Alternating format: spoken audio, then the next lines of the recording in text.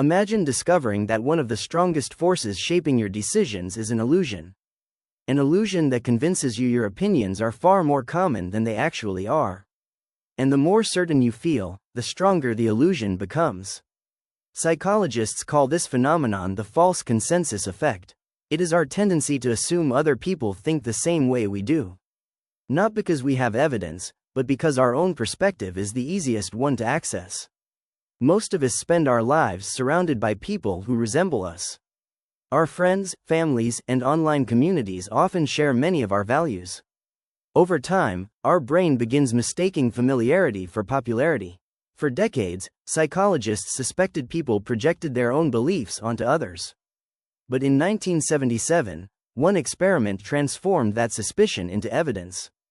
The psychologist Lee Ross wanted to understand a simple question.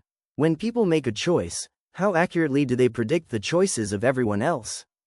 Ross presented participants with situations involving conflict and difficult decisions. Each person was given 2 possible responses and asked which one they would choose. Then came the critical question. What percentage of other people would make the same choice? The answer seemed obvious to the participants. And that confidence turned out to be the very thing that misled them. No matter which option participants chose, they believed most other people would choose the same option.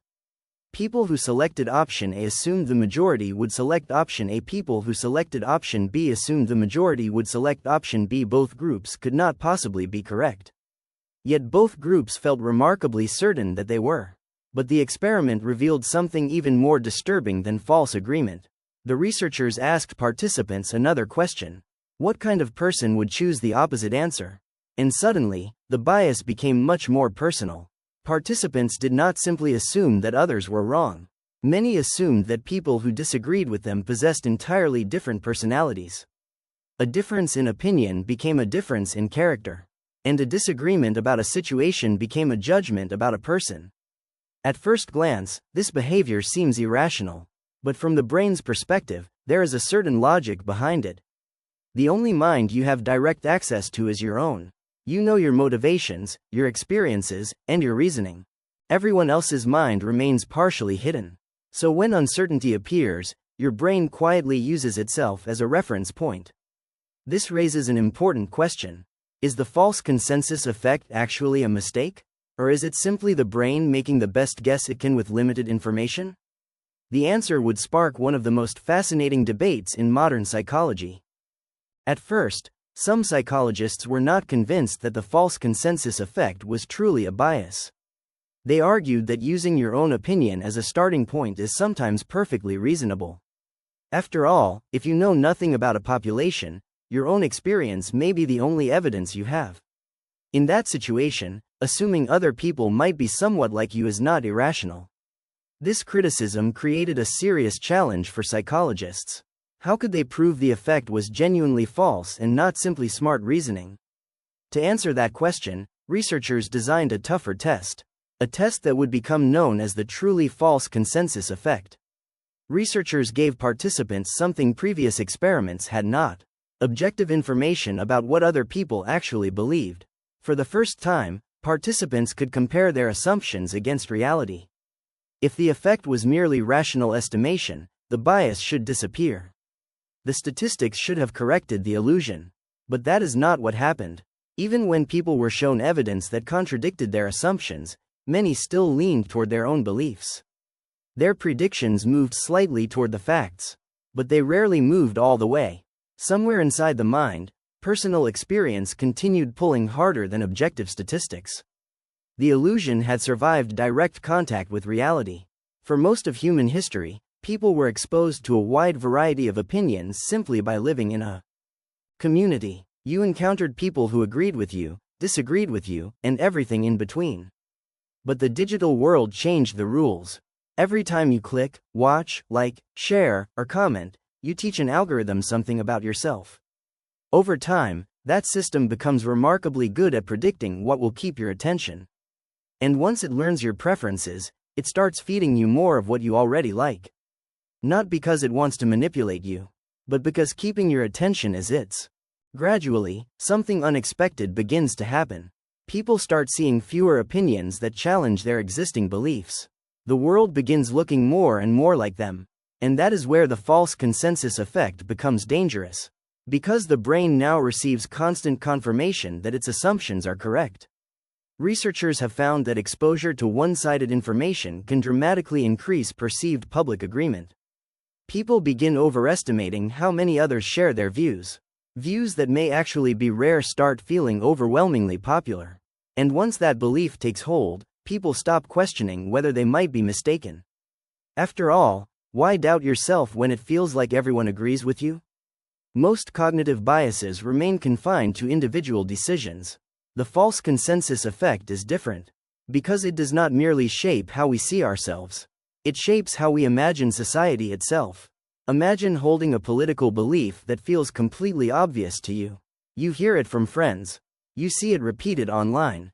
You encounter it again and again in your daily life. Eventually, the belief stops feeling like an opinion. It begins feeling like common sense. Now imagine a government decision that directly contradicts your belief. If you assume your opinion is shared by most people, that outcome creates a puzzle. How could leaders ignore what seems like the obvious will of the majority? The possibility that your view might actually be a minority position rarely feels intuitive. And so the mind searches for another explanation. If most people agree with me, yet the outcome is different, something must be wrong. Perhaps the system is broken. Perhaps powerful people are ignoring the public. Perhaps hidden forces are preventing the majority from being heard. Whether those conclusions are true or false, the psychological process begins with a simple misperception of consensus. The false consensus effect does not stop at politics. It follows us anywhere human beings work together. And nowhere is that more important than inside organizations. Inside many companies, a small number of people connect groups that rarely interact with one another. Researchers call these people brokers. They sit at the crossroads of information. Messages, ideas, concerns, and opportunities often pass through them.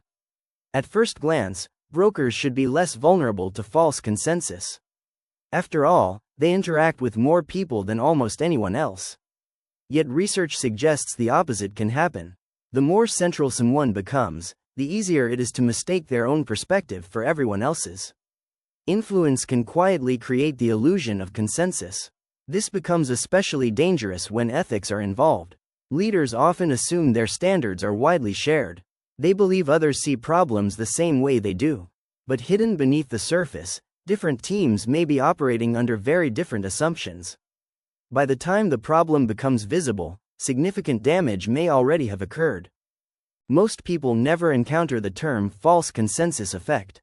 Yet they experience its effects almost every day. Because the bias quietly shapes how we interpret the people closest to us. Consider a disagreement between two people in a relationship. One partner believes their expectations are completely reasonable. The other partner feels exactly the same way. Neither person is necessarily trying to be selfish. They simply assume their preferences are more universal than they really are. The same process appears in friendships. People often assume their friends interpret situations exactly as they do. When disagreement eventually appears, it can feel surprisingly personal. Not because the disagreement is large, but because the expectation of agreement was so strong. The workplace is filled with false consensus assumptions. Managers assume employees value the same incentives they do. Employees assume leadership sees the same problems they see. Both groups can become confused when their expectations collide. The problem is often not malice, but projection. If the false consensus effect is so deeply woven into human psychology, can we ever escape it?